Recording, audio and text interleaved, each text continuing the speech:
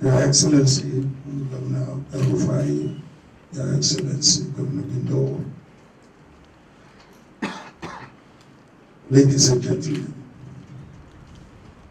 these laws is Nigeria's laws, not only Niger Delta. He was a pan-Nigerian. Anybody paying tribute to him and confines him to only the Niger Delta is not being fair to his services, to his sense of patriotism, and to his struggles in this country.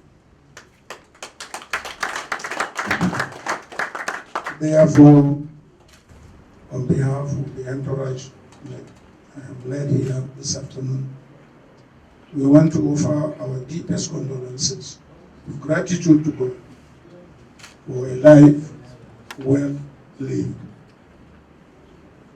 And we pray the repose of his soul, and we identify the members of the family,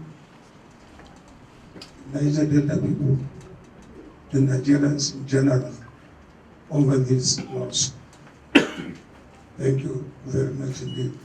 Governor El-Rufai will also make remarks on behalf of this our delegation. Thank you.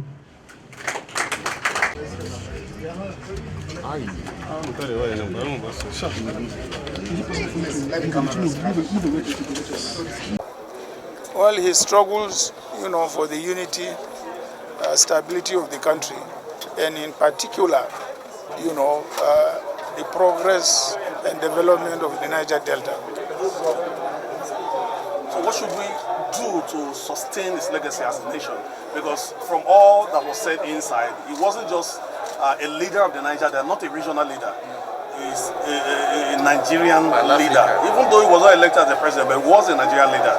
What should we as a nation remember him for, and how do we sustain his legacy?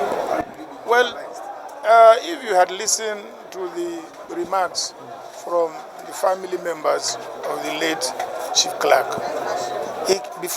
immediately before he died, he kept on saying, I'm a Nigerian, I'm a Nigerian, I'm a Nigerian, I love Nigeria.